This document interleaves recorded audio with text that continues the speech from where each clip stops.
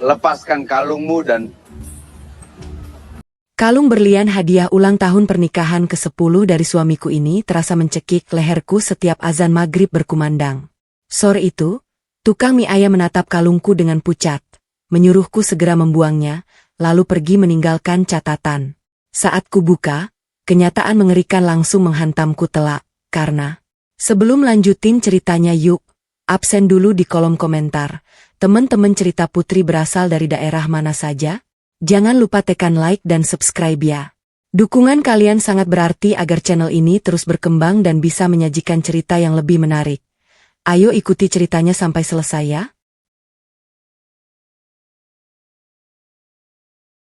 Denting gelas kaca yang beradu dengan sendok perak terdengar nyaring, membelah alunan musik klasik yang mengalun lembut di ruang tamu rumah mewah kami. Malam ini adalah malam perayaan ulang tahun pernikahan kami yang ke-10. Ruangan ini dihiasi dengan dekorasi elegan. Perpaduan warna biru laut yang tegas dan gradasi biru lembut yang menenangkan. Namun, tidak ada satupun kedamaian yang kurasakan malam ini. Udara terasa dingin dan menusuk tulang. Meskipun pendingin ruangan sudah diatur pada suhu normal. Aku berdiri di sudut ruangan, mencoba menyeimbangkan tubuhku yang terasa semakin ringan dan lemah. Di tengah kerumunan tamu undangan yang mengenakan pakaian terbaik mereka, ibu mertuaku berdiri dengan postur angkuh yang selalu menjadi ciri khasnya. Ia mengenakan gaun sutra berwarna hijau zamrud yang mencolok, memantulkan cahaya lampu gantung kristal di atas kami. Tangannya yang dipenuhi perhiasan emas melambai ke arah kerabat dan kolega bisnis suamiku, menarik perhatian semua orang. Lihatlah menantuku ini, saudara-saudara. Suara ibu mertuaku menggelegar, sengaja dikeraskan agar semua tamu mendengarnya. Ia berjalan mendekatiku, menatapku dari atas sampai bawah dengan tatapan merendahkan yang tidak pernah ia sembunyikan selama 10 tahun terakhir. Wajahnya pucat pasi, badannya kurus kering seperti orang yang tidak pernah diberi makan. Kalau bukan karena anakku yang sukses besar dan berhati malaikat, perempuan ini pasti sudah mati kelaparan di pinggir jalan. Beberapa tamu terkekeh pelan, sebagian lain hanya tersenyum canggung sambil menatapku dengan tatapan kasihan. Aku hanya bisa diam. Kutundukkan kepalaku dalam-dalam. Tapi untung saja anakku ini sangat mencintai istrinya yang tidak tahu diuntung ini. Lanjut ibu mertuaku dengan nada suara yang semakin melengking. Ia menarik lengan suamiku agar berdiri di sebelahnya. Suamiku tampak gagah malam ini, mengenakan setelan jas berwarna biru tua yang rapi. Senyumnya tampak begitu hangat dan menawan di mata para tamu. Lihat kalung berlian yang melingkar di lehernya itu. Anakku khusus memesannya dari luar negeri untuk merayakan malam ini. Berlian langka yang harganya tidak akan sanggup dibayangkan oleh akal sehat orang biasa. Bukankah dia menantu yang sangat beruntung? Suamiku merangkul pundakku dengan lembut. Jemarinya yang dingin menyentuh kulit leherku. Tepat di dekat kalung berlian besar yang kini menempel ketat di sana. Sudahlah, ibu. Jangan bicara begitu. Aku memberikan kalung ini karena aku sangat mencintai istriku. Dia adalah jantung dari keluarga kita. Suamiku mengecop pelipisku di depan semua orang. Sorak-sorai dan tepuk tangan meriah langsung memenuhi ruangan. Mereka semua memuji betapa romantis dan sempurnanya suamiku. Betapa beruntungnya aku memiliki suami yang tampan, kaya raya, dan sangat setia. Namun, di balik semua senyuman dan kemeriahan itu, tubuhku gemetar hebat. Kalung berlian di leherku ini terasa hidup. Batu permata besarnya terasa sedingin es batu yang menempel langsung pada nadiku. Setiap kali aku menarik napas, rantai kalung ini terasa semakin menyempit, mencekik saluran udaraku perlahan-lahan. Kepalaku pusing dan pandanganku mulai kabur. Aku ingin berteriak dan merobek kalung ini dari leherku sekarang juga, tetapi aku menahannya sekuat tenaga. Aku menoleh sedikit, mencari keberadaan anakku. Bocah laki-laki kecilku yang baru berusia 7 tahun itu sedang duduk anteng di sofa sudut mengenakan kemeja biru yang serasi dengan ayahnya. Asyik bermain dengan mainan baloknya tanpa menyadari ketegangan yang terjadi pada ibunya. Melihat wajah polos anakku, aku kembali menguatkan diri. Aku tidak boleh hancur sekarang. Ibu mertuaku kembali menatapku dengan tajam. Kenapa kau diam saja? Suamimu sudah memberikan hadiah semahal itu dan kau bahkan tidak mengucapkan terima kasih yang pantas di depan tamu-tamunya. Benar-benar perempuan tidak tahu tata krama. Seharusnya kau bersujud syukur karena anakku masih mau mempertahankanmu. Aku mengangkat wajahku perlahan. Kupaksakan otot-otot wajahku untuk menarik sebuah senyuman tipis. Senyuman yang kosong tanpa nyawa. Terima kasih suamiku. Terima kasih Ibu. Saya memang sangat beruntung, ucapku dengan suara parau yang hampir menyerupai bisikan. Ibu mertuaku mendengus sinis, merasa menang karena berhasil mempermalukanku di depan umum. Suamiku mengelus punggungku, berbisik pelan di telingaku dengan nada yang terdengar seperti ancaman yang dibungkus madu. Nikmati malammu, sayang. Malam ini akan menjadi malam yang sangat panjang dan tak terlupakan untuk kita berdua. Mereka berdua tertawa kecil, kembali berbaur dengan para tamu, meninggalkanku yang berdiri mematung. Mereka mengira aku diam karena aku lemah, sakit parah, dan hancur oleh hinaan mereka. Mereka mengira usiaku hanya tinggal menghitung jam malam ini. Suamiku dan ibu mertuaku saling melempar pandangan licik dari seberang ruangan, menunggu saat yang tepat untuk melihatku ambruk dan menghembuskan napas terakhir. Namun, mereka melakukan satu kesalahan besar yang sangat fatal. Mereka meremehkanku. Di bawah meja prasmanan, tangan kananku mengepal sangat erat hingga kuku-kukuku menancap ke telapak tangan. Di dalam genggamanku yang berkeringat dingin terdapat sebuah kertas catatan kecil yang sudah lecek dan terlipat berulang kali. Catatan yang mengubah seluruh caraku memandang laki-laki yang kusebut suami selama 10 tahun ini. Mereka mengira malam ini adalah malam kemenanganku sebagai korban. Mereka tidak tahu bahwa di kepalaku aku sudah menyusun rencana yang jauh lebih rapi dan mematikan. Malam ini di rumah ini tidak akan ada air mata kelemahan yang jatuh dariku. Aku membiarkan mereka merasa di atas angin, tertawa di atas penderitaanku. Biarkan mereka berpesta. Biarkan mereka merasa bahwa takdirku sudah berada di dalam genggaman tangan mereka. Aku terus mengelus kalung berlian yang mencekik ini, membiarkan energi dinginnya merambat ke tanganku. Aku tidak akan membuang kalung ini. Tidak sekarang, karena malam ini bukan nyawaku yang akan melayang. Semua kengerian dan perubahan drastis dalam hidupku ini berawal 3 hari yang lalu. Saat itu sore hari, matahari mulai turun dengan warna jingga yang perlahan memudar. Digantikan oleh bayang-bayang senja yang menggelapkan sudut-sudut ruangan di rumah besar kami. Suamiku belum pulang dari kantor dan ibu mertuaku sedang pergi ke salon. Aku baru saja selesai menemani anakku belajar dan menyuruhnya masuk ke kamar untuk beristirahat. Rumah terasa sangat sepi dan kosong. Hanya terdengar detak jam dinding yang berirama monoton. Tepat ketika suara azan maghrib pertama kali berkumandang dari masjid perumahan, aku merasakan sensasi aneh di leherku. Kalung berlian yang baru diberikan suamiku pagi harinya sebagai hadiah awal perayaan pernikahan kami tiba-tiba terasa menyusut. Bukan hanya perasaan, tapi secara fisik rantai platina itu menekan kulitku. Semakin lantang gema adzan terdengar, semakin kuat kalung itu mencekiku. Aku terkesiap memegang leherku sendiri dan berusaha melonggarkan rantainya. Namun pengaitnya terasa mati. Tidak bisa dibuka. Nafasku tersengal. Aku berlari ke depan cermin besar di ruang tengah. Wajahku sudah pucat dan bibirku membiru. Di saat yang sama melalui pantulan cermin, aku bersumpah melihat sebuah bayangan hitam tinggi besar berdiri tepat di belakangku, menatapku dengan mata merah menyala. Saat aku menoleh ke belakang, bayangan itu lenyap seketika, meninggalkan udara dingin yang berbau anyir darah dan kemenyan. Setelah azan selesai, cekikan itu sedikit mengendur, menyisakan rasa perih di leher. Aku terduduk di lantai, berkeringat dingin dan ketakutan. Aku mencoba berpikir rasional. Mungkin aku hanya kelelahan atau ini hanyalah serangan panik biasa karena beban pikiran di rumah.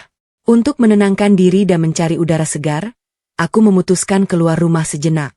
Aku berjalan kaki keluar dari gerbang rumah mewah. Kami menuju jalan utama komplek, berniat membeli mie ayam gerobak langganan yang selalu mangkal di pertigaan jalan. Sore itu sepi. Lampu-lampu jalan baru saja menyala memancarkan cahaya kekuningan. Aku memesan 1 porsi mie ayam untuk kubawa pulang. Tukang mie ayam itu, seorang pria parubaya yang biasanya selalu ramah dan banyak bicara, sedang meracik bumbu saat ia tiba-tiba berhenti. Pandangannya tertuju lurus pada leherku. Aku menyadari ia menatap kalung berlianku. Awalnya aku mengira ia kagum pada kemilaunya, tapi saat aku melihat wajahnya, darah di tubuhku seakan berhenti mengalir. Wajah tukang mie ayam itu pucat pasi, matanya membelalak penuh kengerian, seolah ia baru saja melihat hantu. Tangannya yang memegang mangkuk bergetar hebat. Ia mencondongkan tubuhnya ke arahku, melintasi gerobaknya. Ia melihat ke kiri dan ke kanan untuk memastikan tidak ada orang yang mendengar, lalu berbisik dengan suara parau yang bergetar. "Mbak, cepat buang kalung itu sekarang juga, atau Mbak akan menderita seumur hidup." Nyawa Mbak sudah ditandai. Aku mundur selangkah, terkejut dan bingung. Maksud Bapak apa? Ini cuma hadiah dari suami saya. Tukang mie ayam itu tidak menjawab pertanyaanku. Ia buru-buru memasukkan bungkusan mie ayam ke dalam kantong plastik hitam. Matanya terus melirik ke sekeliling dengan panik, seakan ada yang mengawasi kami dari kegelapan. Ia menyerahkan kantong plastik itu kepadaku dengan paksa. Saat tangan kami bersentuhan, aku merasakan ia menyelipkan sesuatu ke telapak tanganku. Kertas kecil yang dilipat-lipat. Jangan buka di sini. Buka saat Mbah sendirian dan pastikan tidak ada cermin di dekat Mbah. Pergi sekarang. Mbah, tolong cepat pulang. Tukang mie ayam itu langsung mendorong gerobaknya menjauh dengan tergesa-gesa. Mengabaikan uang yang kusodorkan, meninggalkanku sendirian di bawah tiang lampu jalan yang berkedip.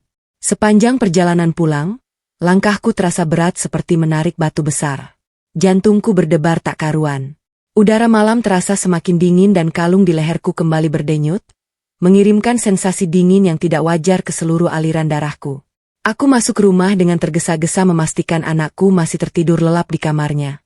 Aku berlari menuju kamar mandi di kamarku, mengunci pintunya rapat-rapat dan menutup cermin di atas wastafel dengan handuk mandi sesuai pesan pria tadi. Dengan tangan gemetar, aku membuka lipatan kertas kecil yang lusuh itu. Tulisan tangannya berantakan, ditulis dengan tinta pena hitam yang ditekan sangat kuat hingga nyaris merobek kertas. Apa yang tertulis di sana langsung menghancurkan seluruh kewarasan dan duniaku dalam hitungan detik. Isi catatan itu berbunyi, itu bukan berlian. Itu mata jin nasab. Suamimu tidak kaya karena kerja keras atau bisnis.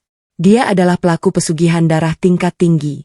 Malam ini, di hari peringatan pernikahan kalian, nyawamu akan ditarik sebagai tumbal penyempurna janji suamimu kepada iblis. Kalung itu adalah pengikat jiwamu. Dan perempuan yang sering datang ke rumahmu mengaku sebagai rekan kerjanya. Dia bukan sekadar perempuan simpanan. Dia adalah dukun perantaranya yang merapal mantra dari jauh. Aku menjatuhkan kertas itu ke lantai ubin kamar mandi. Kakiku lemas tak bertulang, membuatku merosot dan jatuh terduduk di lantai yang dingin. Tanganku menutup mulutku sendiri kuat-kuat untuk menahan jeritan histeris yang memaksa keluar dari tenggorokanku. Air mata mengalir deras tanpa bisa dihentikan. Semuanya tiba-tiba masuk akal. Semua kejanggalan selama 10 tahun pernikahan kami terangkai menjadi satu kebenaran yang kejam. Bisnis suamiku yang tiba-tiba melesat pesat tanpa ada kerja keras yang jelas. Uang yang mengalir deras masuk rekening tanpa henti. Kebiasaan suamiku yang melarang keras siapapun masuk ke ruang bawah tanah rumah kami dengan alasan itu adalah ruang kerjanya yang sangat rahasia. Sikap ibu mertuaku yang selama bertahun-tahun selalu mencemoohku, tapi anehnya tidak pernah membiarkan suamiku menceraikanku. Mereka selalu menjagaku. Bukan karena sayang, tapi karena aku dipelihara seperti ternak yang disiapkan untuk disembelih pada waktu yang tepat. Lalu ingatan tentang perempuan itu masuk ke kepalaku. Perempuan muda berpenampilan modis yang sering datang ke rumah selalu membawakan suamiku bingkisan atau dokumen, menatapku dengan senyuman miring yang meremehkan. Suamiku selalu berkata dia hanya rekan bisnis penting. Aku tahu dari instingku bahwa ada sesuatu di antara mereka. Tapi aku selalu menekan perasaanku demi keutuhan keluarga dan masa depan anakku. Kini aku tahu kenyataan yang jauh lebih buruk dari sekadar perselingkuhan. Mereka berkomplot untuk membunuhku demi kekayaan kotor yang membusuk ini. Malam itu, di dalam kamar mandi yang redup, aku menangis sejadi-jadinya meratapi nasibku yang bodoh karena begitu mudah ditipu. Aku merasa sangat kotor. Tidur satu ranjang dengan monster pembunuh berdarah dingin selama bertahun-tahun. Ibu mertuaku, suamiku, dan perempuan simpanannya, mereka semua menikmati kemewahan dan makanan lezat di atas darah dan penderitaan orang lain dan kini di atas nyawaku sendiri. Namun setelah berjam-jam menangis hingga air mataku mengering dan suaraku habis, rasa sedih dan takut yang menyelimutiku perlahan menguap digantikan oleh sesuatu yang jauh lebih gelap dan pekat. Sesuatu yang panas membakar dadaku. Dendam. Aku melihat ke arah pintu kamar mandi, memikirkan wajah anakku yang sedang tidur lelap. Jika aku mati malam ini sebagai tumbal, suamiku akan terus melakukan ini. Dan suatu hari nanti mungkin anakku yang akan menjadi tumbal berikutnya ketika jin itu meminta bayaran yang lebih mahal. Aku tidak akan membiarkan itu terjadi. Aku menyentuh kalung berlian yang menempel ketat di leherku. Aku tidak akan membuangnya. Aku akan menggunakan alat kutukan ini untuk menghancurkan mereka semua dari dalam. Aku memungut catatan itu, melipatnya kembali, dan menggenggamnya erat-erat sebagai pengingat akan pengkhianatan ini. Malam itu, aku bersumpah aku akan membalikan keadaan sebelum malaikat maut sempat mengetuk pintuku. Malam itu, Setelah berhasil menguasai diri dan menekan ketakutanku, aku mulai menyusun strategi. Suamiku tidak pulang. Ia mengirimkan pesan singkat mengatakan bahwa ada urusan bisnis mendadak di luar kota dan baru akan kembali lusa tepat pada hari perayaan ulang tahun pernikahan kami. Aku tahu itu kebohongan. Ia pasti sedang bersama perempuan simpanan yang merangkap dukun itu, mempersiapkan ritual akhir untuk mengambil nyawaku. Ketidakhadiran suamiku memberikanku kesempatan emas. Malam berikutnya, saat seluruh penghuni rumah sudah tertidur, termasuk ibu mertuaku yang mendengkur keras di kamarnya, aku menyelinap keluar dari kamar. Aku berjalan mengendap-endap tanpa alas kaki menyusuri lorong rumah yang dingin dan temara menuju satu-satunya tempat terlarang di rumah ini.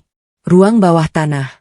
Pintu kayu jati tebal yang menuju ke bawah selalu dikunci rapat dengan gembok besar berlapis kuningan. Selama ini aku tidak pernah berani mendekat atau bertanya lebih jauh karena suamiku selalu membentak jika aku menyinggung soal ruangan ini. Namun malam ini aku tidak peduli. Aku telah menemukan kunci cadangan gembok itu di laci terdalam meja kerja suamiku yang ada di ruang baca. Tempat yang tidak pernah ia sangka akan kusentuh.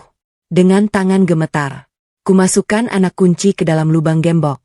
Terdengar bunyi klik yang keras memecah keheningan malam. Disusul suara derit engsel pintu yang sudah lama tidak diminyaki saat aku mendorongnya terbuka. Udara pengap dan bau busuk yang menyengat langsung menyergap hidungku. Bau anyir darah kering, kemenyan yang dibakar, dan bunga melati yang layu bercampur menjadi satu. Aku menutup hidung dengan ujung bajuku dan melangkah turun menyusuri tangga semen yang lembab. Hanya ada satu lampu bola meredup yang berayun pelan di tengah ruangan. Saat mataku mulai menyesuaikan diri dengan cahaya remang-remang, lututku seketika lemas melihat pemandangan di depanku. Di tengah ruangan bawah tanah itu terdapat sebuah altar batu yang kotor dan bernoda kehitaman. Di atasnya berserakan tulang belulang hewan kecil yang sudah mengering, cawan tembaga berisi cairan merah pekat yang sudah mengental, dan sesajen berupa kembang 7 rupa yang mulai membusuk. Namun yang membuat jantungku nyaris berhenti berdetak adalah apa yang terletak tepat di tengah altar tersebut. Sebuah boneka jerami berukuran sekepalan tangan yang dililit benang merah. Di bagian wajah boneka itu ditempelkan selembar foto diriku yang diambil saat hari pernikahan kami. Dan yang paling mengerikan, belasan jarum berkarat tertancap dalam-dalam di sekujur tubuh boneka itu, tepat di bagian leher dan dada. Pemandangan itu menjelaskan rasa sakit dan cekikan yang selalu kurasakan setiap menjelang malam. Aku memalingkan wajah, menahan mual yang luar biasa. Mataku kemudian tertuju pada sebuah meja kayu kecil di sudut ruangan yang dipenuhi tumpukan buku kuno bersampul kulit binatang yang sudah terkelupas dan kertas-kertas perkamen usang. Aku mendekati meja itu dan mulai membaca lembaran-lembaran yang terbuka. Itu adalah buku panduan ritual dan catatan perjanjian darah yang ditulis dengan huruf Jawa kuno dan bahasa yang tidak sepenuhnya kupahami. Namun, ada satu buku bersampul merah gelap yang halamannya terbuka lebar seolah baru saja dibaca. Buku itu berisi detail tentang ritual pesugihan yang dilakukan suamiku. Aku membaca setiap baris kalimat dengan teliti, mencari celah, mencari apa saja yang bisa kugunakan untuk melawan. Ritual ini menuntut tumbal nyawa manusia setiap 10 tahun sekali. Dan tahun ke-10 itu adalah sekarang. Tanganku berhenti membalik halaman saat mataku menangkap sebuah paragraf peringatan yang ditulis dengan tinta merah tebal di bagian bawah halaman. Jantungku berdebar kencang saat aku membaca perlahan kalimat demi kalimat tersebut. Itu adalah aturan absolut dari entitas gaib yang mereka sembah. Sebuah kelemahan fatal dari perjanjian kotor ini. Jika sang tumbal menyadari posisinya sebelum matahari terbenam pada hari penyerahan dan sang tumbal mampu menodai benda pengikat kutukan dengan darah dan rambut dari garis keturunan si pembuat janji, maka perjanjian darah dinyatakan batal. Jin penguasa akan murka besar karena merasa ditipu. Kutukan akan berbalik memakan si pembuat janji beserta seluruh garis keturunan darah dagingnya secara instan tanpa sisa. Aku membaca paragraf itu berulang-ulang hingga setiap katanya terukir abadi di otakku. Inilah senjata yang kucari. Syarat pertama sudah kupenuhi. Aku sudah menyadari bahwa aku adalah tumbal sebelum hari penyerahan tiba. Sekarang yang kubutuhkan hanyalah syarat kedua. Menodai benda pengikat kalung berlian di leherku ini dengan darah dan rambut dari garis keturunan suamiku. Pikiranku berputar cepat. Garis keturunan suamiku. Aku butuh darah suamiku dan rambut ibu mertuaku. Aku bergegas naik kembali ke atas, mengunci pintu ruang bawah tanah itu dengan rapi seperti semula, seolah tidak ada yang pernah memasukinya. Aku kembali ke kamarku dan mulai bergerak cepat. Aku pergi ke kamar mandi, membuka kabinet kaca di atas wastafel tempat suamiku menyimpan perlengkapan pribadinya. Aku mengambil pisau cukur lipat miliknya. Dengan sangat hati-hati, aku mengusapkan ujung jariku ke bagian selah pisaunya. Ada bekas noda kecoklatan di sana. Darah suamiku yang mengering akibat luka cukur beberapa hari lalu. Itu tidak cukup. Aku butuh darah yang lebih banyak atau DNA yang kuat. Lalu aku teringat sesuatu. Aku berlari menuju meja rias suamiku, membuka laci tempat ia menyimpan jam tangan mewahnya. Aku mengambil salah satu jam tangan dengan tali kulit yang paling sering ia pakai. Dengan ujung peniti, aku mengorek kotoran dan serpihan kulit mati yang menempel di sela-sela jalinan tali kulit jam tersebut. Aku mengumpulkan serpihan itu di atas lembar tisu. Ini mungkin bisa menjadi pengganti darah yang memadai. Selanjutnya aku mengendap-endap menuju kamar ibu mertuaku. Pintunya sedikit terbuka. Aku mendengar dengkurannya yang keras dan teratur. Aku merangkap perlahan mendekati meja riasnya di sudut kamar. Di atas sana tergeletak sisir rambut berbulu halus yang selalu ia gunakan setiap malam sebelum tidur. Aku mengambil sisir itu dan menarik dengan hati-hati beberapa helai rambut putih bercampur hitam yang tersangkut di giginya. Aku mendapatkan apa yang kubutuhkan. Kembali di kamarku, aku duduk di tepi ranjang dengan napas terengah-engah. Aku memiliki senjataku, rambut ibu mertuaku, dan serpihan kulit suamiku. Aku melepas perlahan kalung berlian yang menempel ketat di leherku. Pengaitnya masih terasa kaku, tetapi aku memaksanya dengan keras hingga jemariku berdarah tergores pengait platina. Kalung itu terlepas dan jatuh ke pangkuanku. Batu berlian besarnya terasa sangat dingin. Nyaris membekukan kulitku. Aku membalik bagian belakang liontin berlian itu dengan tangan gemetar tapi penuh tekad. Aku menjejalkan serpihan kulit suamiku ke celah kecil di balik ikatan berlian. Kemudian aku melilitkan helai rambut ibu mertuaku dengan kencang di sekitar pengait kalung hingga menyatu dengan rantainya. Seketika itu juga kalung berlian itu terasa berdenyut hebat di tanganku. Seolah ada jantung yang berdetak di dalamnya. Warnanya memudar sejenak sebelum kembali bersinar dengan kilau kemerahan yang mengerikan. Aku kembali memasangkan kalung itu ke leherku. Rasa dingin yang mencekik itu telah hilang digantikan oleh sensasi hangat yang aneh. Kini target kutukan itu telah berbalik. Benda ini bukan lagi pengikat jiwaku. Ini adalah alat hukuman mati untuk suamiku dan ibu mertuaku. Sejak malam penemuan di ruang bawah tanah itu, aku berhenti menjadi korban yang pasif. Aku berhenti menjadi perempuan bodoh yang menangisi nasib dan memohon belas kasihan. Aku menghapus sisa air mataku dan membiarkan hati nuraniku membeku. Kini aku adalah sutradara dari drama kematian yang akan ku gelarkan sendiri. Hari ini adalah hari peringatan pernikahan kami. Hari di mana seharusnya nyawaku dicabut. Pagi ini suamiku pulang dari perjalanan bisnisnya dengan wajah cerah dan pura-pura merindukanku. Ia membawakan sebuket bunga lili putih besar. Bunga yang sering dikaitkan dengan kematian dan mengecup keningku. Selamat ulang tahun pernikahan. Sayangku, malam ini kita akan merayakannya secara besar-besaran bersama keluarga dan kolega. Ibu sudah mengatur semuanya, ucapnya lembut. Aku membalas senyumannya dengan sempurna. Senyum seorang istri penurut yang bodoh. Terima kasih suamiku. Aku sudah memakai kalung hadiah darimu. Indah sekali. Tapi akhir-akhir ini aku merasa kurang sehat.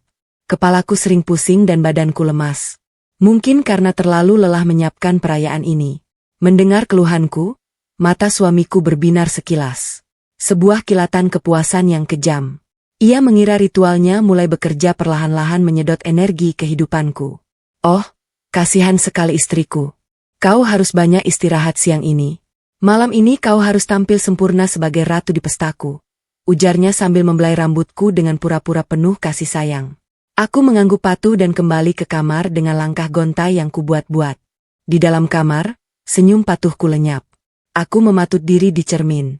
Memastikan aktingku sebagai orang sakit parah sangat meyakinkan. Aku sengaja menggunakan riasan pucat di wajahku, membuat bayangan gelap di bawah mataku agar terlihat seperti orang yang kurang tidur berhari-hari. Aku meniru persis raut wajah orang yang nyawanya perlahan-lahan dikuras oleh ilmu hitam. Siang harinya, aku diam-diam keluar rumah melalui pintu belakang. Saat ibu mertuaku sibuk mengatur dekorasi bunga di ruang tamu dan suamiku pergi mandi, aku berjalan cepat menuju pertigaan komplek menuju gerobak mie ayam milik pria bernama Taufik itu. Taufik sedang membersihkan mangkuk saat melihatku datang. Wajahnya kembali pucat melihat kalung itu masih melingkar di leherku. Mbah, kenapa kalungnya belum dibuang? Mbah cari mati. Desisnya panik sambil menarikku ke balik gerobaknya agar tidak terlihat orang lewat. Saya tidak akan membuangnya, Pak Taufik. Jawabku tenang, suaraku datar dan dingin membuat Taufik tertegun. Saya sudah tahu semuanya. Saya sudah masuk ke ruang bawah tanah dan membaca perjanjian darah itu. Mata Taufik terbelalak lebar. Emba nekat sekali. Emba bisa dibunuh sebelum malam hari kalau ketahuan. Saya butuh bantuan Bapak. Ucapku menatap lurus ke matanya. Bapak bukan sekadar tukang mie ayam biasa, kan? Bapak tahu terlalu banyak tentang pesugihan kalung ini. Taufik menunduk dalam, menghela napas panjang dan berat. Ia terlihat bimbang sebelum akhirnya mengangguk pelan. Dulu saya adalah akuntan kepercayaan ayah suami Embah. Saya yang mengurus semua uang haram hasil pesugihan itu sejak awal. Tapi 10 tahun lalu, saat suami Embah mengambil alih perjanjian itu, dia menumbalkan istri pertama saya yang kebetulan tahu rahasia mereka. Dia membuat seolah-olah istri saya gantung diri karena depresi. Saya kabur dari keluarga itu dan menyamar jadi tukang mie ayam di sini hanya untuk mengawasi. Menunggu hari di mana keluarga iblis itu hancur. Aku tidak terkejut mendengar fakta bahwa suamiku adalah seorang pembunuh berdarah dingin. Kebencianku justru semakin mengeras. Kalau begitu, mari kita hancurkan mereka malam ini. Pak Taufik. Pembalasan untuk istri Bapak dan pembebasan untuk saya. Apa yang harus saya lakukan, Embah? Tanyanya. Suaranya kini dipenuhi tekad yang sama kuatnya dengan milikku. Pastikan Bapak hadir di depan rumah saya nanti malam saat puncak acara. Tunggu aba-aba dari saya dan tolong bawa polisi. Beritahu mereka ada rencana pembunuhan berencana dan penipuan besar-besaran di rumah keluarga Danu malam ini. Perintahku dengan nada tegas. Taufik mengangguk mantap. Saya akan siapkan segalanya. Aku berbalik dan kembali menyelinap masuk rumah. Persiapanku sudah sempurna. Senjata pembalik kutukan sudah terpasang rapi di leherku. Saksi dan bantuan hukum sudah disiapkan oleh Taufik. Sekarang aku hanya perlu memainkan peranku sebagai korban yang menderita sebaik mungkin sambil menunggu saat yang tepat untuk menjatuhkan bom kehancuran kepada mereka semua. Sore menjelang maghrib, aku duduk di depan meja rias mengenakan gaun yang dipilihkan oleh ibu mertuaku. Gaun mewah yang terasa seperti kain kafan yang dipersiapkan untuk kematianku. Aku menatap pantulan diriku di cermin. Wajah pucat, mata kosong, dan kalung berlian besar yang melingkar sempurna di leher. Aku tersenyum tipis ke arah cermin. Permainan sesungguhnya baru saja dimulai. Mari kita lihat siapa yang akan meregang nyawa malam ini. Malam semakin larut. Dan pesta perayaan pernikahan kami sedang berada di puncak kemeriahannya. Suamiku dan ibu mertuaku sibuk bersulang anggur merah dengan rekan-rekan bisnis mereka. Tertawa lepas seolah beban dunia tidak pernah menyentuh pundak mereka. Mereka terus melirik ke arahku yang duduk menyendiri di sofa sudut ruangan. Tersenyum miring melihat tubuhku yang sengaja kubuat gemetar dan napasku yang kubuat tersengal-sengal. Tepat pukul 9 malam, lampu hias di seluruh ruangan tiba-tiba berkedip redup. Diikuti udara dingin tak wajar yang berhembus menembus celah jendela yang terkunci rapat. Suara musik klasik yang mengalun dari pelantang suara mendadak terdengar sumbang seperti kaset pita yang kusut. Beberapa tamu saling bertatapan bingung, tapi suamiku dengan cepat menguasai keadaan tertawa dan mengatakan itu hanya gangguan listrik biasa. Namun aku tahu itu bukanlah gangguan listrik. Waktunya telah tiba. Entitas gaib itu mulai mencium aroma dari benda pengikat yang telah kunodai. Aku melihat perubahan drastis pada wajah Maya perempuan simpanan sekaligus dukun suamiku yang berdiri angkuh di dekat meja prasmanan. Maya mengenakan gaun merah menyala yang sangat provokatif. Tatapan matanya tajam memindai sekeliling ruangan. Tiba-tiba mata Maya terbelalak lebar menatap bayangannya sendiri di cermin besar ruang tamu. Ia melihat bayangan hitam tinggi besar bermata merah menyala. Persis seperti yang kulihat tempo hari. Berdiri tepat di belakang suamiku. Bukan di belakangku. Maya menjatuhkan gelas anggurnya hingga pecah berkeping-keping. Suara pecahan kaca itu membuat seluruh tamu menoleh ke arahnya. Wajah Maya pucat pasi, napasnya memburu. Ia menatap suamiku dengan pandangan penuh kengerian. Maya, ada apa? Tanya suamiku. Mencoba terdengar tenang meski rahangnya mengeras karena Maya membuat keributan di pestanya. Di belakangmu. Maya terbata-bata menunjuk ke arah belakang suamiku dengan tangan bergetar hebat. Namun saat suamiku menoleh, tidak ada siapa-siapa di sana. Tamu-tamu mulai berbisik-bisik keheranan. Belum sempat suamiku menenangkan Maya, tiba-tiba terdengar suara teriakan histeris dari arah kamar mandi tamu di lantai 1. Itu suara ibu mertuaku. Suamiku segera berlari mendobrak pintu kamar mandi. Diikuti beberapa tamu dan diriku yang berjalan tertatih-tatih di belakang. Pemandangan di dalam kamar mandi sungguh mengerikan. Ibu mertuaku meringkuk di sudut ruangan. Tubuhnya gemetar hebat sambil menutup telinganya rapat-rapat. Air dari keran wastafel mengalir deras. Namun yang keluar bukanlah air jernih, melainkan cairan merah kental berbau anyir darah yang menyengat. Di kaca cermin wastafel tertulis sebuah kalimat dari noda darah itu. Pembatalan janji darah dibayar darah. Berdehem, suamiku tertegun. Wajahnya seputih kapas. Ia menatap tulisan di cermin itu, lalu menoleh ke arah Maya yang baru saja tiba di ambang pintu kamar mandi. Keduanya bertukar pandang dengan penuh kepanikan dan kebingungan. Mereka tidak mengerti apa yang sedang terjadi. Ritual mereka seharusnya berjalan lancar mencabut nyawaku perlahan. Tapi teror ini justru menyerang mereka berdua. Aku berdiri di balik punggung para tamu yang berkerumun, menyembunyikan senyum puas yang terbentuk di bibirku. Kalung berlian di leherku terasa semakin hangat, seolah memberikan energi kepadaku, sementara energi kehidupan suamiku dan ibunya mulai dihisap habis-habisan oleh entitas gelap yang kini berbalik memburu mereka. Apa yang kau lakukan, Maya? Bisik suamiku penuh amarah tertahan saat menarik Maya menjauh dari kerumunan. Nun, aku masih bisa mendengarnya. Kenapa sasarannya meleset? Kenapa ibu yang diteror? Aku tidak tahu mantranya sudah benar, targetnya ada pada kalung itu, balas Maya dengan suara bergetar ketakutan. Ada yang salah, jin itu marah. Bau darah di benda pengikatnya bukan darah tumbal, tapi darah pembuat janji. Mendengar itu, suamiku langsung menatap tajam ke arah leherku. Ia melihat kalung berlian yang melingkar sempurna di leherku. Namun ada yang berbeda. Kalung itu tidak lagi memancarkan kilau putih kebiruan, melainkan memendarkan cahaya merah redup yang hanya bisa dilihat oleh mereka yang terlibat dalam ilmu hitam. Mata suamiku membelalak ngeri, menyadari ada sesuatu yang tidak beres. Para mulai menguasai pikirannya. Ia menatap ibu mertuaku yang terus meracau ketakutan, lalu menatap Maya yang terus mundur menjauhinya. Pertahanan mental mereka mulai hancur dikikis oleh ketakutan terhadap konsekuensi fatal dari ritual pesugihan yang gagal. Setelah insiden di kamar mandi, suasana pesta menjadi sangat tegang dan canggung. Tamu-tamu undangan mulai berpamitan pulang satu persatu dengan alasan yang dibuat-buat, tak ingin terlibat lebih jauh dalam keganjilan rumah kami. Pukul 11 malam, rumah mewah ini akhirnya kosong. Hanya menyisakan aku, suamiku, ibu mertuaku yang masih syok, dan Maya yang enggan pulang karena ketakutan. Suamiku mondar-mandir di ruang tengah seperti singa yang terkurung dalam kandang. Wajah tampannya kini terlihat kusut dan penuh keringat dingin. Ia berjalan ke arahku yang masih duduk diam di sofa, mencengkeram bahuku dengan kasar. Apa yang kau lakukan pada kalung itu? Bentaknya dengan suara parau. Matanya merah menyala penuh amarah dan ketakutan. Kau tahu sesuatu kan? Jawab aku. Aku mengangkat wajahku, menatapnya dengan tatapan kosong yang telah kupersiapkan. Aku tidak tahu apa-apa, suamiku. Bukankah kau yang memberikannya padaku? Kalung ini mencekiku sepanjang hari. Jangan bohong. Maya ikut membentak, berjalan mendekat dengan wajah garang. Meski tubuhnya masih gemetar, pasti kau yang merusak benda pengikatnya. Kau menaruh sesuatu di kalung itu, kan? Jin itu sekarang memburu kami. Aku tersenyum tipis. Sebuah senyuman yang sangat lambat dan dingin yang belum pernah mereka lihat dariku selama 10 tahun terakhir. Senyuman itu membuat langkah Maya terhenti seketika. Aku berdiri perlahan. Tubuhku tidak lagi terlihat lemah atau sakit. Aku berdiri tegak memancarkan aura dominasi yang selama ini kusembunyikan rapat-rapat. Memangnya apa yang kuharapkan dari seorang pesuruh rendahan sepertimu, Maya?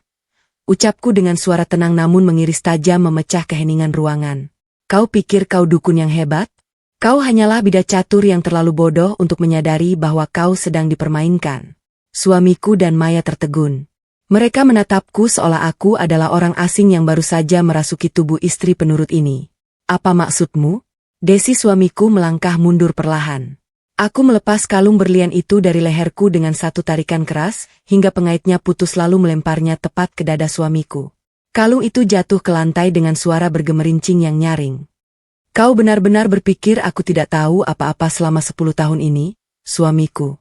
Aku berjalan mendekatinya. Langkahku mantap tanpa keraguan. Kau pikir aku tidak tahu bahwa kekayaanmu ini berasal dari darah orang-orang yang tidak berdosa? Kau pikir aku tidak tahu bahwa ayahmu, Surya, membunuh guru spiritual aslinya puluhan tahun lalu demi mencuri kitab perjanjian darah pesugihan ini? Mendengar nama, Ayahnya disebut dengan konteks yang sangat rahasia. Wajah suamiku memucat seketika. Dah, dari mana kau tahu nama dan kejadian itu? Karena guru spiritual yang dibunuh ayahmu dengan keji itu, aku menghentikan langkahku tepat di depan suamiku, menatap lurus ke dalam matanya yang dipenuhi teror absolut. Adalah ayah kandungku. Keheningan yang mencekam langsung menyelimuti ruangan. Hanya terdengar suara napas suamiku yang terengah-engah dan rintihan pelan ibu mertuaku dari sudut ruangan. Maya menutup mulutnya dengan tangan. Matanya terbelalak ngeri menyadari kebenaran yang baru saja terungkap. Kau, suamiku menunjuk wajahku dengan jari bergetar hebat. Kau sengaja menikahiku? Tentu saja, jawabku. Senyum dingin kembali menghiasi bibirku. Kau pikir aku mau menghabiskan masa mudaku hidup bersama pembunuh sepertimu jika bukan karena dendam? Aku tahu ayahmu mencuri ilmu itu. Aku tahu kau meneruskan ritual kotornya. Dan aku tahu aturan absolut dari pesugihan ini. Jin itu hanya akan memangsa pembuat janji dan keturunannya jika ada darah dari garis keturunan yang sama menodai benda pengikat pada hari penyerahan. Aku menunjuk kalung berlian di lantai. Aku sengaja dia membiarkanmu merasa menang. Membiarkanmu berselingkuh dengan dukun palsu bodoh ini. Aku memancingmu menumbalkanku di ulang tahun pernikahan kita yang ke-10. Karena aku butuh kau membuat benda pengikat yang kuat. Darah dari pisau cukurmu dan rambut ibumu sudah menyatu dengan berlian itu. Perjanjianmu batal dan jin nasabmu sekarang kelaparan menuntut bayaran. Suamiku jatuh terduduk di lantai, meremas rambutnya dengan putus asa. Ia akhirnya menyadari bahwa selama ini bukan aku yang menjadi mangsanya. Ia menyadari bahwa ia telah memelihara harimau buas di dalam rumahnya sendiri selama 10 tahun, menunggu dengan sabar untuk menerkamnya di saat yang paling mematikan. Kau iblis, bisik suamiku dengan suara parau. Tidak, sayang. Aku hanyalah cermin dari perbuatanmu sendiri. Balasku dingin. Waktu bermain sudah habis. Selamat menikmati sisa malammu bersama peliharaan gaibmu. Ruangan tengah yang luas dan mewah ini mendadak terasa sangat hampa dan kedap suara. Udara yang sejak tadi sudah terasa dingin kini berubah menjadi beku. Seolah-olah kami semua tiba-tiba dipindahkan ke dalam lemari pendingin raksasa penyimpan mayat. Bau busuk yang sangat menyengat. Perpaduan antara aroma daging terbakar, darah kering, dan kemenyan yang teramat pekat menyeruak keluar dari pori-pori lantai marmer di bawah kaki kami. Lampu gantung kristal di atas kami tidak lagi berkedip, melainkan mati total. Menyisakan cahaya remang-remang kebiruan dari kilat petir yang mulai menyambar di luar jendela. Meskipun tidak ada tanda-tanda hujan turun, suamiku masih terduduk di lantai dengan tubuh bergetar hebat. Wajah tampannya yang selalu ia banggakan kini tampak mengerut. Pucat pasi seperti mayat yang darahnya telah dikuras habis.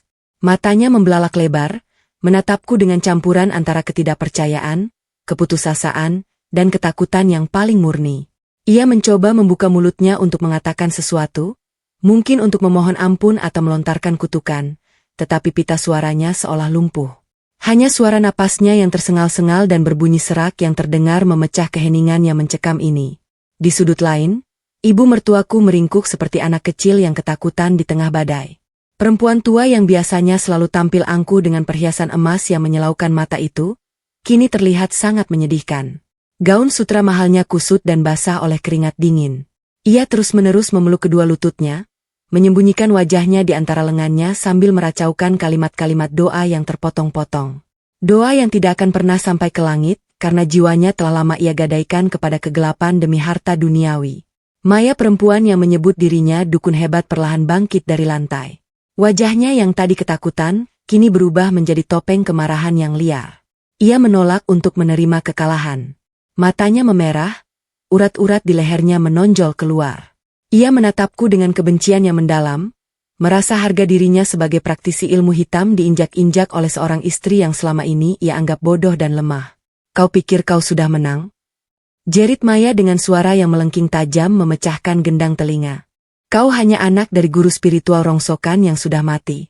Aku telah mempelajari ilmu ini selama bertahun-tahun. Aku yang memegang kendali atas entitas ini.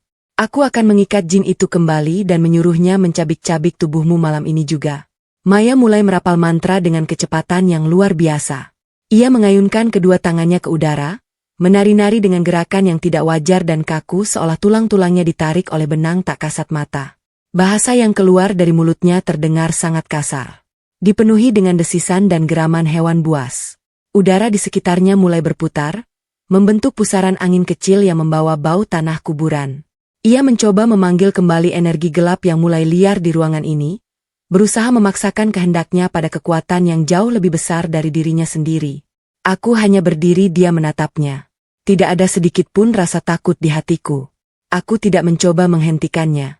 Aku bahkan tersenyum dingin melihat betapa bodoh dan sempitnya pemahaman perempuan ini tentang hukum karma gaib. Ia tidak menyadari bahwa jin nasab, apalagi jin yang terikat oleh perjanjian darah tingkat tinggi, bukanlah anjing peliharaan yang bisa disuruh-suruh sesuka hati. Ketika janji dilanggar dan benda pengikat dinodai oleh darah si pembuat janji, jin itu tidak lagi memiliki tuan. Ia menjadi entitas kelaparan yang hanya mengenal satu tujuan, menagih utang darah kepada garis keturunan yang telah mengkhianatinya. Lakukanlah, Maya, ucapku dengan suara datar dan tenang. Suaraku menggema di ruangan yang gelap itu mengalahkan suara teriakannya. Panggil tuanmu. Lihat apakah ia masih mengenalimu sebagai perantaranya atau ia hanya melihatmu sebagai hidangan pembuka. Tiba-tiba suara rapal mantra Maya terhenti.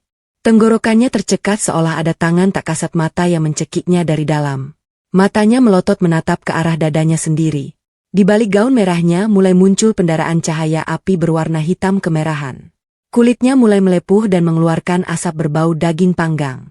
Maya menjerit dengan suara yang tidak menyerupai suara manusia lagi.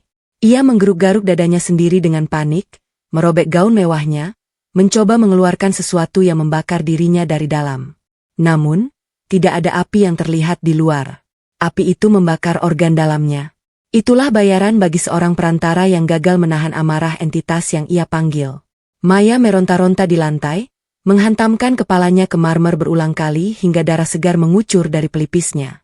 Jeritannya semakin lama semakin melemah, berganti menjadi suara rintihan tertahan. Kulitnya dengan cepat berubah warna menjadi hitam legam seperti arang kayu, mengering dan retak-retak. Dalam hitungan detik, perempuan yang tadi berdiri dengan sombong itu kini tergeletak kaku di lantai. Tubuhnya hangus terbakar dari dalam tanpa meninggalkan satu percikan api pun di sekitarnya. Suamiku menyaksikan kematian mengerikan Maya dengan mata kepala sendiri.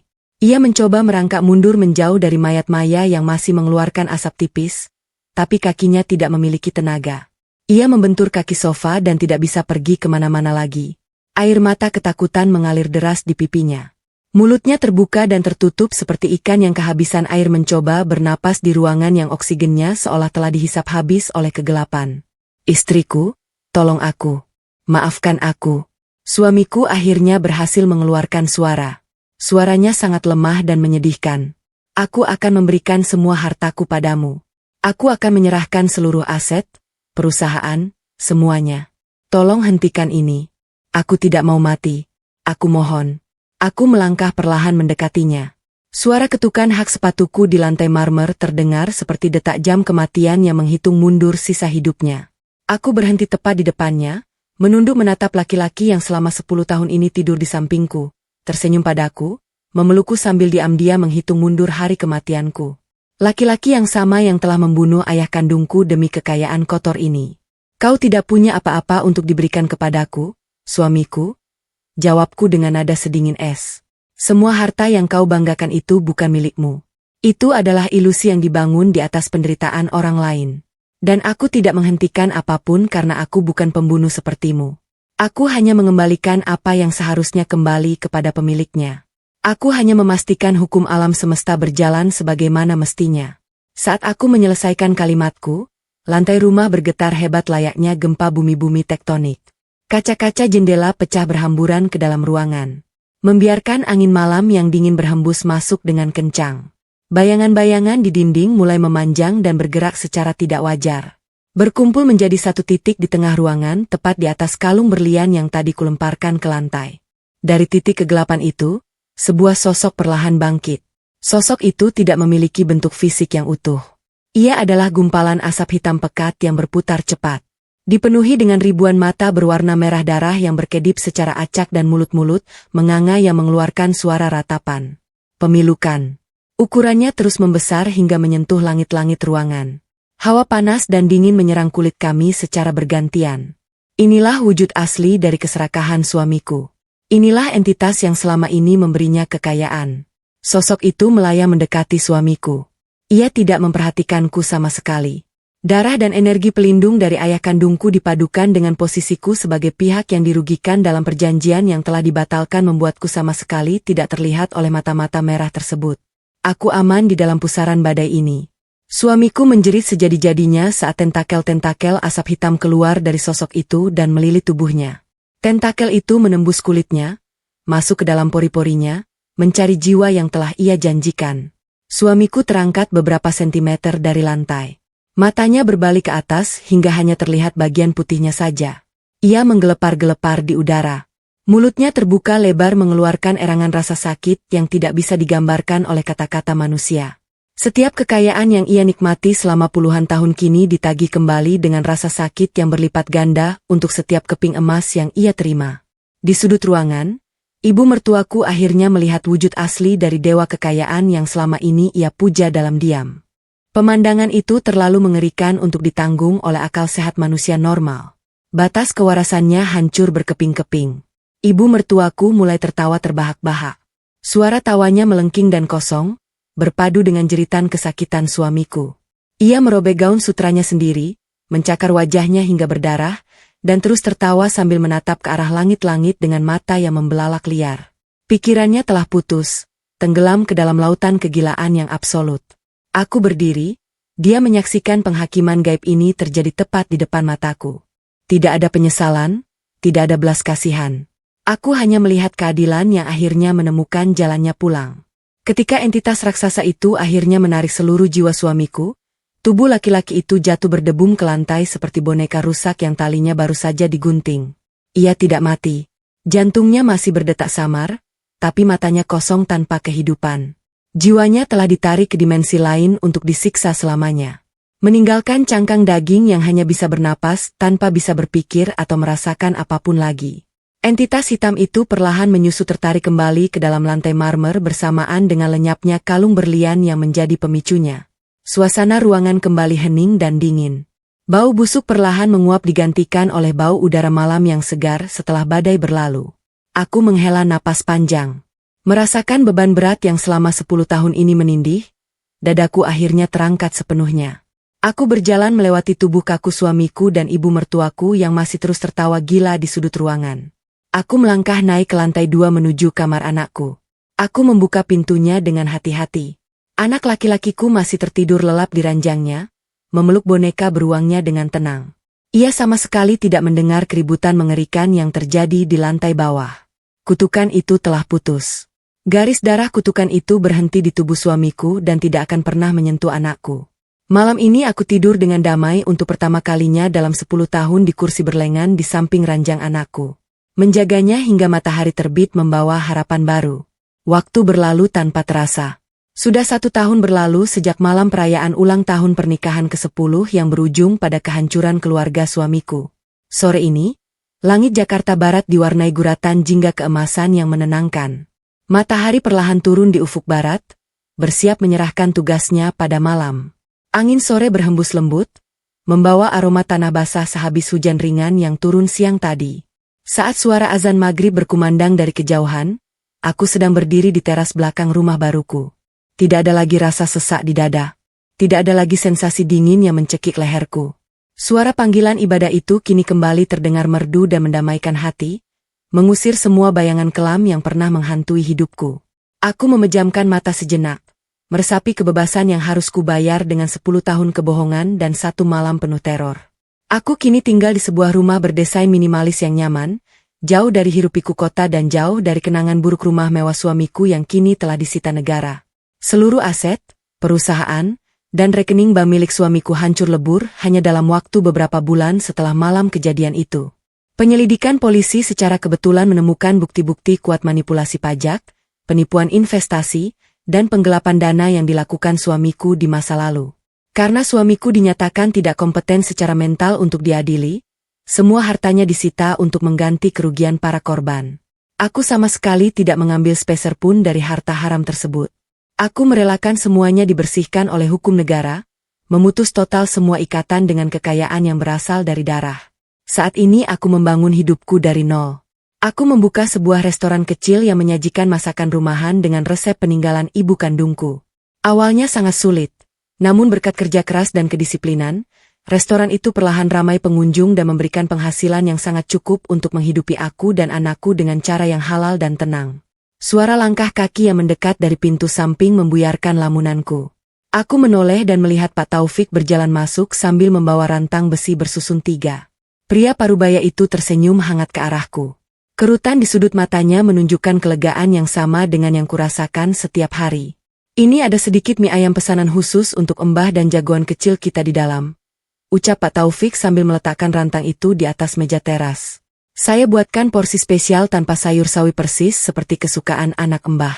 Aku tersenyum lebar dan menarik kursi mempersilakannya duduk. Terima kasih banyak, Pak Taufik.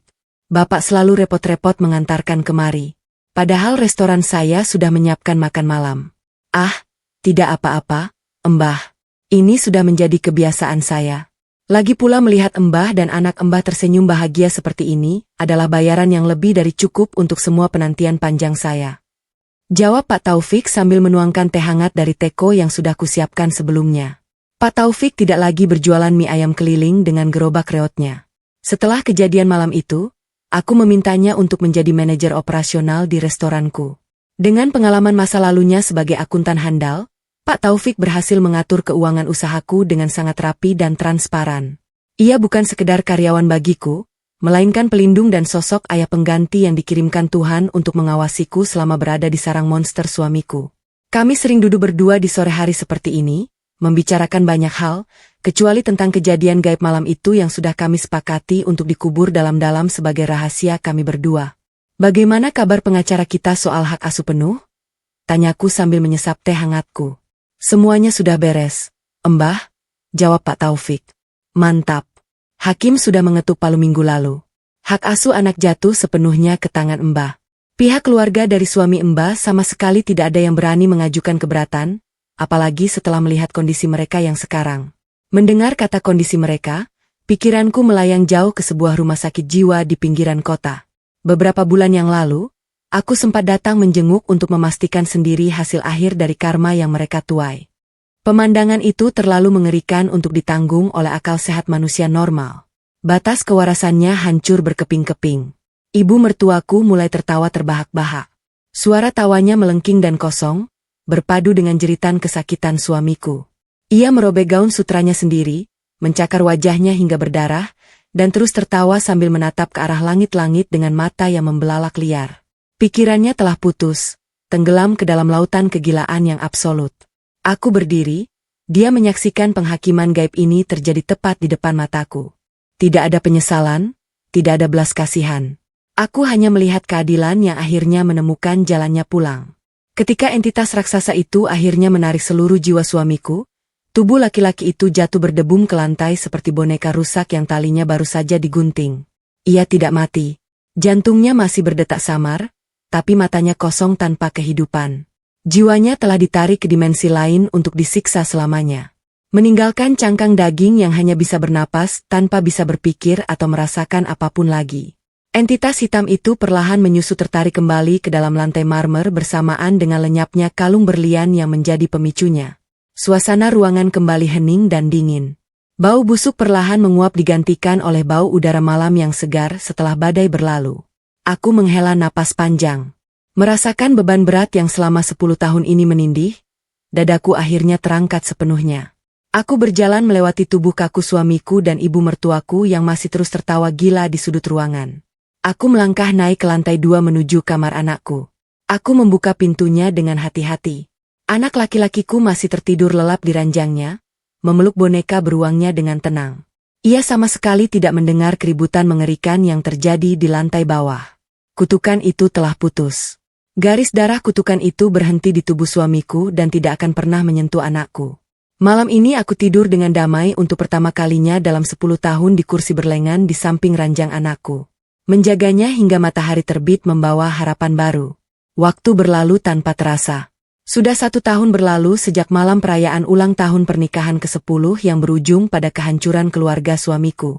Sore ini, langit Jakarta Barat diwarnai guratan jingga keemasan yang menenangkan. Matahari perlahan turun di ufuk barat, bersiap menyerahkan tugasnya pada malam. Angin sore berhembus lembut, membawa aroma tanah basah sehabis hujan ringan yang turun siang tadi. Saat suara azan maghrib berkumandang dari kejauhan, aku sedang berdiri di teras belakang rumah baruku. Tidak ada lagi rasa sesak di dada. Tidak ada lagi sensasi dingin yang mencekik leherku. Suara panggilan ibadah itu kini kembali terdengar merdu dan mendamaikan hati, mengusir semua bayangan kelam yang pernah menghantui hidupku. Aku memejamkan mata sejenak, meresapi kebebasan yang harus kubayar dengan 10 tahun kebohongan dan 1 malam penuh teror. Aku kini tinggal di sebuah rumah berdesain minimalis yang nyaman, jauh dari hiruk-pikuk kota dan jauh dari kenangan buruk rumah mewah suamiku yang kini telah disita negara. Seluruh aset, perusahaan, dan rekening bank milik suamiku hancur lebur hanya dalam waktu beberapa bulan setelah malam kejadian itu. Penyelidikan polisi secara kebetulan menemukan bukti-bukti kuat manipulasi pajak, penipuan investasi, dan penggelapan dana yang dilakukan suamiku di masa lalu. Karena suamiku dinyatakan tidak kompeten secara mental untuk diadili, semua hartanya disita untuk mengganti kerugian para korban. Aku sama sekali tidak mengambil sepeser pun dari harta haram tersebut. Aku merelakan semuanya dibersihkan oleh hukum negara, memutus total semua ikatan dengan kekayaan yang berasal dari darah. Saat ini aku membangun hidupku dari nol. Aku membuka sebuah restoran kecil yang menyajikan masakan rumahan dengan resep peninggalan ibu kandungku. Awalnya sangat sulit, namun berkat kerja keras dan kedisiplinan, restoran itu perlahan ramai pengunjung dan memberikan penghasilan yang sangat cukup untuk menghidupi aku dan anakku dengan cara yang halal dan tenang. Suara langkah kaki yang mendekat dari pintu samping membuyarkan lamunanku. Aku menoleh dan melihat Pak Taufik berjalan masuk sambil membawa rantang besi bersusun 3. Pria parubaya itu tersenyum hangat ke arahku. Kerutan di sudut matanya menunjukkan kelegaan yang sama dengan yang kurasakan setiap hari. Ini ada sedikit mie ayam pesanan khusus untuk Embah dan jagoan kecil kita di dalam, ucap Pak Taufik sambil meletakkan rantang itu di atas meja teras. Saya buatkan porsi spesial tanpa sayur sawi persis seperti kesukaan anak Embah. Aku tersenyum lebar dan menarik kursi mempersilakannya duduk. Terima kasih banyak, Pak Taufik. Bapak selalu repot-repot mengantarkan kemari. Padahal restoran saya sudah menyiapkan makan malam. Ah, tidak apa-apa, Embah. Ini sudah menjadi kebiasaan saya. Lagi pula melihat Embah dan anak Embah tersenyum bahagia seperti ini adalah bayaran yang lebih dari cukup untuk semua penantian panjang saya. Jawab Pak Taufik sambil menuangkan teh hangat dari teko yang sudah kusiapkan sebelumnya. Pak Taufik tidak lagi berjualan mie ayam keliling dengan gerobak reotnya. Setelah kejadian malam itu, aku memintanya untuk menjadi manajer operasional di restoranku. Dengan pengalaman masa lalunya sebagai akuntan handal, Pak Taufik berhasil mengatur keuangan usahaku dengan sangat rapi dan transparan. Ia bukan sekedar karyawan bagiku, melainkan pelindung dan sosok ayah pengganti yang dikirimkan Tuhan untuk mengawasiku selama berada di sarang monster suamiku. Kami sering duduk berdua di sore hari seperti ini, membicarakan banyak hal, kecuali tentang kejadian gaib malam itu yang sudah kami sepakati untuk dikubur dalam-dalam sebagai rahasia kami berdua. Bagaimana kabar pengacara kita soal hak asuh penuh? Tanyaku sambil menyesap teh hangatku. Semuanya sudah beres, Embah, jawab Pak Taufik. Mantap. Hakim sudah mengetuk palu minggu lalu. Hak asuh anak jatuh sepenuhnya ke tangan Embah.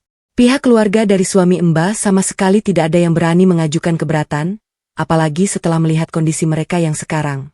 Mendengar kata kondisi mereka, pikiranku melayang jauh ke sebuah rumah sakit jiwa di pinggiran kota.